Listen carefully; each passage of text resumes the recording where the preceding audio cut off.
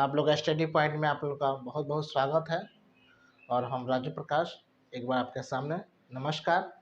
और हम लोग चलते हैं पार्ट 3। ये है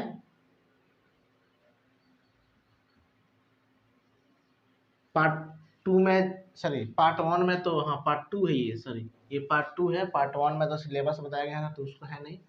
और ये चैप्टर जो है ना, आपको ये आवेश के बारे में हम लोग को पढ़ना है। कल हम इसके पहले वाले वीडियो में हम लोग पढ़े थे आवेश से संबंधित। आवेश से संबंधित में शुरू में हम लोग 0 पॉइंट से देखे थे। 0 पॉइंट में हम लोग देखे थे तो हम बताए थे कि स्थिर वैद्युतिकी। स्थिर वैद्युतिकी का मतलब होता है विरामावस्था में आवेश, यानी रुकी हुई अवस्था में आवेश। ये हम लोग पढ़े थे। उसके बाद हम उसके बारे में डिफिनीशन दिए थे आपको। विद्युत चुम्बकत्व, विद्युत चुम्बकत्व बोले थे कि विज्ञान की वह शाखा जिसमें आवेश की विरामावस्था तथा गति अवस्था के बारे में अध्ययन किया जाए तो उसे हम विद्युत चुम्बकत्व कहते हैं। उसके बाद हम लोग इसके आगे पढ़े थे विद्युत चुम्बकत्व के बाद कि विद्युत चुम्बकत्व जो है ना वो 2 प्रकार के होते हैं। विद्युत चुम्बकत्व 2 प्रकार के होते हैं, एक जो है गति अवस्था में, एक स्थिर अवस्था में। जिस भौतिक विज्ञान की जिस शाखा में हम स्थिर आवेश के बारे में चर्चा करते हैं उसे स्थिर आवेश, और जिसमें गति आवेश के बारे में चर्चा करते हैं उसमें हम गति आवेश के बारे में हम लोग पढ़ेंगे। उसके बाद हम लोग आपको बताए थे स्थिर आवेश और गति आवेश के बाद में कि आवेश की जो सबसे पहले खोज किया था, यहाँ पर हम लिखते हैं आवेश का सबसे पहले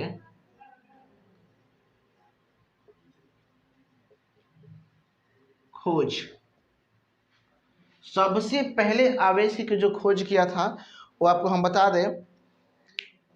एक देखिए अलग अलग अवधारणाओं से ये जो बताया जाता है। ऐसे तो माना जाता है कि सबसे पहले आवेश की खोज थेल्स ने किया था, अलग अलग बुकों में देता है, लेकिन हम एकदम शुरू से जो सबसे पहले आवेश की खोज किया था वो था आपको थेल्स। थेल्स ने आवेश के बारे में सबसे पहले बताया था।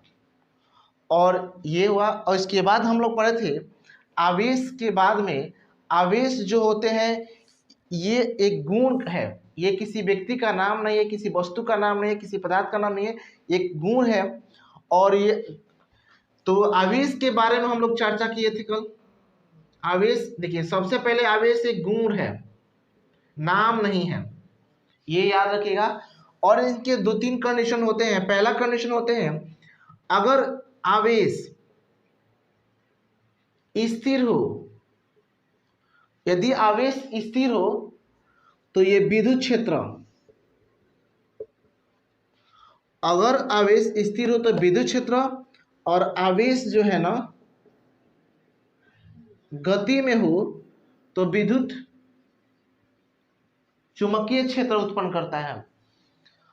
आवेश स्थिर हो तो विद्युत क्षेत्र, और आवेश गति में हो तो चुंबकीय क्षेत्र उत्पन्न करता है। अगर दोनों को हम विद्युत क्षेत्र और चुंबकीय क्षेत्र में ले जाए तो इस पर बल आरोपित होते हैं। अगर इस नियम का ये पालन करता है तो उस वस्तु को हम आवेश कहते हैं। ये हम लोग पहले वीडियो में पढ़े थे। उसके बाद हम लोग इसके आगे पढ़े थे कि आवेश जो होते हैं ना किसी वस्तु का गुण है, और यह जो है आवेश जिस वस्तु में पाया जाता है ये गुण, उसको हम आवेश या आवेशित कहते हैं। मतलब जिस वस्तु या पदार्थ में ये गुण पाया जाता है उसी को हम आवेश या आवेशित कहते हैं। जैसे आप लोग नाम सुने होंगे मूल कण के बारे में, एन, पी और ई के बारे में। आपको ये पता भी होगा कि पी और ई ये आवेशित वस्तु कहलाते हैं। ये दोनों आवेशित वस्तु कहलाते हैं, ये उदासीन वस्तु कहलाते हैं। क्योंकि ये जो एन है ना विद्युत क्षेत्र में, और सॉरी विद्युत क्षेत्र और गति, विद्युत चुंबकीय क्षेत्र में और विद्युत क्षेत्र दोनों में ले जाने पर इस पर कोई प्रभाव नहीं पड़ता है, लेकिन प्रोटॉन और इलेक्ट्रॉन इस पर प्रभाव पड़ता है। इसीलिए इसको उदासीन और इन दोनों को आवेशित वस्तु कहते हैं। ये हम लोग कुछ पहले कल वीडियो में चर्चा किए थे, वहीं से हम लोग शुरू करने वाले हैं। अब देखिए, एक वैज्ञानिक का नाम आता है बेंजामिन फ्रैंकलिन। एक वैज्ञानिक का नाम है बेंजामिन फ्रैंकलिन। इन्होंने बताया कि आवेश जो होते हैं ना, दो तरह के होते हैं। बेंजामिन फ्रैंकलिन जो है ना, आवेश के बारे में बताया सबसे पहले कि आवेश दो तरह के होते हैं, एक धन आवेश और दूसरा ऋण आवेश। ये एग्जाम में पूछता है कि आवेश के बारे में सबसे पहले किस वैज्ञानिक ने बताया कि आवेश दो तरह के होते हैं। तो आपको बेंजामिन फ्रैंकलिन जो है ना, सबसे पहले बताया था कि आवेश दो तरह के होते हैं, एक धन आवेश, एक ऋण आवेश। तो इसको हम धन आवेश कहते हैं और इसको हम ऋण आवेश कहते हैं। तो हमें ये पता चल रहा है कि आवेश दो तरह के होते हैं। अब ये बात पता करना है कि कोई वस्तु कब ऋण आवेश कहलाती है और कोई वस्तु कब धन आवेश कहलाती है। तो देखिए, ये कोई वस्तु है जो उदासीन है। एकदम ध्यान से मेरे प्यारे दोस्त, एकदम ध्यान से देखिएगा। ये कोई वस्तु है जो उदासीन है, और उदासीन है इसका मतलब ये हुआ, कोई भी वस्तु उदासीन कब होता है, जब उसमें बराबर बराबर इलेक्ट्रॉन और प्रोटॉन हो। यानी 100 प्रोटॉन इलेक्ट्रॉन है, तो मान लीजिए प्रोटॉन है, और 100 जो है ना इलेक्ट्रॉन है।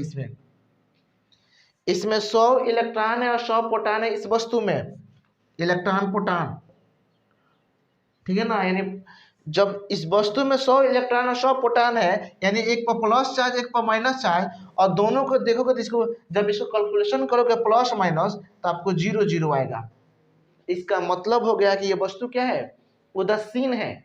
और जब ये वस्तु उदासीन है तो करता क्या है, ये अपना जो है ना, यहां से कुछ इलेक्ट्रॉन, एक बात जान लीजिए, सिर्फ इलेक्ट्रॉन ही स्थानांतरित होगा, प्रोटॉन नहीं होगा। इलेक्ट्रॉन चूंकि जो है ना, नहीं होता है कि छोटा बच्चा किसी घर पे रहता है तो कहता है कि कब उधर को उधर जाता है, कब उधर को उधर जाता है, और बुढ़वा सब जो होता है ना घर का, वो एक ही दर पर बैठा रहेगा, फरमाइशी करेगा। ठीक उसी तरह से इलेक्ट्रॉन एक छोटा बच्चा है, मान लीजिए, जो दर को उधर जाता है, दर को उधर जाता है। लेकिन प्रोटॉन आपके घर का एक बुजुर्ग आदमी है, एक ही जगह पर रहता है, इसको ये उधर उधर नहीं जाता है, इसीलिए इलेक्ट्रॉन को ही हम इधर उधर करेंगे। तो मान लीजिए इलेक्ट्रॉन कुछ इसमें से निकल कर बाहर चले गए, मान लीजिए 5 इलेक्ट्रॉन निकल कर इसमें से बाहर चले गए। जब 5 इलेक्ट्रॉन इसमें से निकल कर बाहर चले गए, तब देखिए वस्तु पर कितना बचा इलेक्ट्रॉन। अब यही वस्तु है यहाँ पे, ये तो प्रोटॉन की संख्या तो हमारे पास 100 है, इसमें से निकला क्या है, इलेक्ट्रॉन। कितना निकला है, तो 5। तो मान लीजिए कि मेरे पास 100 इलेक्ट्रॉन था, इसमें से 5 इलेक्ट्रॉन निकल गया, तो कितना बचा, 95 इलेक्ट्रॉन बचा। और अब इसको कैलकुलेट कीजिएगा कि 95 इलेक्ट्रॉन बचा, तो घटाइएगा तो क्या बचेगा, 100 में से 95 गया, प्लस 5, यानी प्लस 5 आ गया। तो प्लस को हम क्या बोलते हैं, धन आवेश। यानी कि जो वस्तु इलेक्ट्रॉन को देगा ना, उसी को हम बोलेंगे धन आवेश। तो देखिए, इन दोनों के पास 100 इलेक्ट्रॉन प्रोटॉन था, 5 इलेक्ट्रॉन दे दिया, तो 100 में से 5 95 गया, हमारे पास 5 बच गया, यानी 5 बच गया। इसका मतलब है ये 5, देखिए 100 गो प्रोटॉन है, इसमें से 95 इलेक्ट्रॉन निकल गया, तो 5 गो प्रोटॉन बचा। अब 5 जब पी बचा यानी प्रोटॉन बचा, तो ये धनावेशित वस्तु हो गए। इसका मतलब होता है जब कोई वस्तु जो है ना, यहाँ से, एक मिनट थोड़ा सा मिटा दे तो बताएं।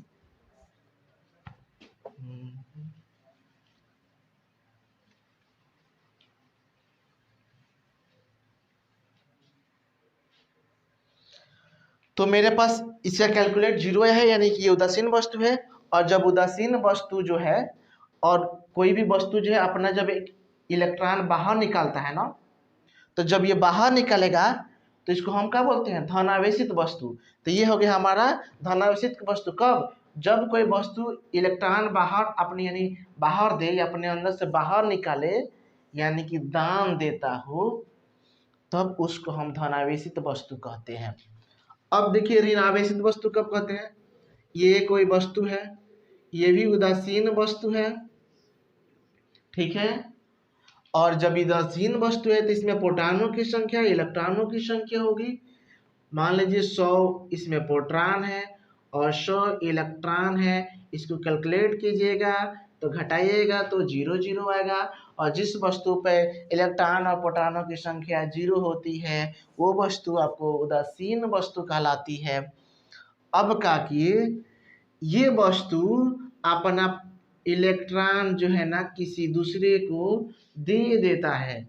तो मान लीजिए कि ये वस्तु पहले से है, इसमें भी इलेक्ट्रॉन प्रोटॉन है, इसमें भी 100 गो प्रोटॉन होगा और ये वस्तु जो है ना अपना 5 इलेक्ट्रॉन इस पहले वाले वस्तु में से निकाल के इस वस्तु को दे देगा। तो इसमें पहले से 100 इलेक्ट्रॉन है और 5 इलेक्ट्रॉन और आ जाएगा, तो इसमें 5 इलेक्ट्रॉन और जुड़ जाएगा। तो कितने हो जाएंगे? देखिए पहले से 100 गो प्रोटॉन है, अब 5 इलेक्ट्रॉन और आ गया तो 100 इलेक्ट्रॉन पहले से था, अब 5 इलेक्ट्रॉन और ले लीजिएगा तो कितना बचेगा? हो जाएगा 105 इलेक्ट्रॉन। और जब 105 इलेक्ट्रॉन हो जाएगा तो जब इसको जोड़िएगा यानी प्लस माइनस यानी घट जाएगा, तो घटेगा तो कितना बचेगा? -5 इलेक्ट्रॉन। इसका मतलब हुआ कि ये इलेक्ट्रॉन जो है ना इसमें माइनस का चिन्ह आ गया, तो इसका मतलब ये हो गया कि ये ऋणावेशित वस्तु है। तो जो वस्तु किसी से इलेक्ट्रॉन लेता है तो उस पर माइनस का चार्ज आ जाता है, तो उसे हम ऋणावेशित वस्तु, और जो वस्तु इलेक्ट्रॉन देता है उस पर प्लस का चिन्ह आ जाता है तो उसे हम धनावेशित वस्तु कहते हैं। तो इस तरह से किसी वस्तु को हम धनावेशित और ऋणावेशित कहते हैं। तो आपको यह अच्छी तरह से समझ में आ गया होगा कि किसी वस्तु को हम कब धनावेश कहते हैं और कब ऋणावेश कहते हैं। तो यही प्रोसेस होने के से हम किसी वस्तु को धनावेशित और किसी को हम ऋणावेशित कहते हैं। तो धनावेशित ऋणावेशित आ गया, इसका मतलब ये हो गया। अब लेकिन ये तो हम समझ लिए, लेकिन इसका हम लोग जो है कि डिफिनीशन कैसे लिखेंगे, ये डिफिनीशन कैसे किसी को बताएंगे, तो हम देखिए हम डिफिनीशन पढ़ के बता दे रहे हैं, लिखेंगे नहीं। जब किसी वस्तु या पदार्थ में इलेक्ट्रॉनों की संख्या, जब किसी वस्तु, ध्यान से सुनिएगा, जब किसी वस्तु या पदार्थ में इलेक्ट्रॉनों की संख्या प्रोटॉनों की संख्या से, इलेक्ट्रॉनों की संख्या, ये इलेक्ट्रॉन की संख्या है और ये प्रोटॉन की संख्या है, तो जब किसी वस्तु में इलेक्ट्रॉनों की संख्या प्रोटॉनों की संख्या से कम हो तो उसे हम धनावेशित वस्तु कहते हैं। देखिए इसमें प्रोटॉन की संख्या कितनी है? इसमें प्रोटॉन की संख्या 100 है। इसमें इलेक्ट्रॉन की संख्या कितनी है? इसमें इलेक्ट्रॉन की संख्या 95 है। यानी कि इलेक्ट्रॉनों की संख्या प्रोटॉनों की संख्या से क्या हो? कम हो, तो उसे हम धनावेशित वस्तु कहते हैं। जब किसी वस्तु में या पदार्थ में इलेक्ट्रॉनों की संख्या, ये है इलेक्ट्रॉन, इलेक्ट्रॉनों की संख्या प्रोटॉनों की संख्या से अधिक हो तो उसे हम ऋणावेशित वस्तु कहते हैं। ध्यान से सुनिएगा, एकदम एक एक कंसेप्ट के होंगे। देखिए अगर आप लोग को समझ में नहीं आता है तो हमें कमेंट में ज़रूर बताएं, हम और अच्छा से आपको बताने का कोशिश करेंगे।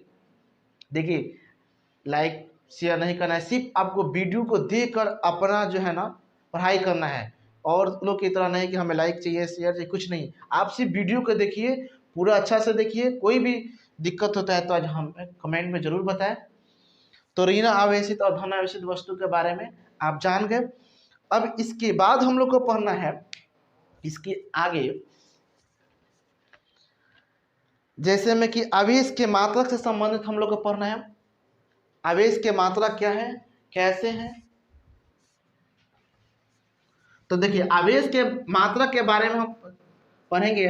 आपको पता होगा कि बिहार बोर्ड के जो एग्जाम इसके पिछले बार हुआ था उसमें मात्रा से संबंधित पूछ दिया था कि आवेश का मात्रा क्या है। देखिए सबसे पहले हम आवेश के बारे में तो चर्चा कर ही रहे हैं, ये आपको आवेश है और इसके बारे में हम लोग जानेंगे मात्रक इसका, फिर इसकी बीमा जानेंगे, फिर ये कौन सी राशि है, इसका ऐसा ही मात्रा, सब हम लोग जानेंगे, एक एक लाइन हम लोग जानेंगे। तो देखिए मात्रक के बारे में पता है तो सबसे पहले इसको हम लोग इसका फॉर्मूला जान लें। इसको किससे, देखिए आवेश को हम लोग जो होता है ना कैपिटल क्यू या स्मॉल क्यू से निरूपित करते हैं। ठीक है, आवेश को जो है ना हम लोग कैपिटल क्यू या स्मॉल क्यू से हम लोग निरूपित करते हैं। आपको पता हो गया। आपको अब कैपिटल क्यू लिखिए चाहे जो है कि स्मॉल क्यू लिखिए, उससे कोई दिक्कत नहीं है। तो हमें यहाँ पे पता है आवेश बराबर एक फॉर्मूला होता है। देखिए आवेश नाम ही गुण है, तो वही उसी गुण के बारे में यानी आवेश के बारे में हम लोग चर्चा करें। आवेश बराबर एक फॉर्मूला होता है विद्युत धारा गुणे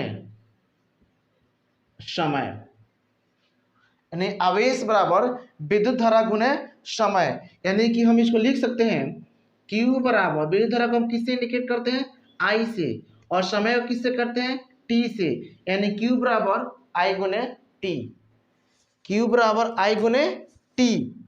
तो ये हो गया हमारा इसके लिए फॉर्मूला, यानी आवेश बराबर विद्युत धारा गुने समय, यानी इसको हम बोल सकते हैं Q बराबर I गुने T। तो Q बराबर I गुने T, तो हम लोग जो है इसके मात्रक निकालने का प्रयास करते हैं। देखिए Q I जो है ना, I से विद्युत धारा होता है, तो विद्युत धारा आप लोग 10th क्लास में पढ़े होंगे, 7 मूल राशि होती है, उस मूल राशि में से विद्युत धारा भी एक जो है ना राशि होती है, और उस मूल राशि में 7 में देखिएगा विद्युत धारा के लिए ना हम लोग जो एम्पियर लिखते हैं, तो हम लोग जो है इसके लिए एम्पियर लिखते हैं, तो इसके लिए हो जाएगा एम्पियर, और उसी मूल राशि में समय का मात्रक जो होता है ना सेकेंड होता है, तो एम्पियर गुने सेकेंड, यानी एम्पियर गुने सेकेंड, और एम्पियर गुने सेकेंड को हम लोग कहते हैं कूलाम, जिसे C से लिखते हैं।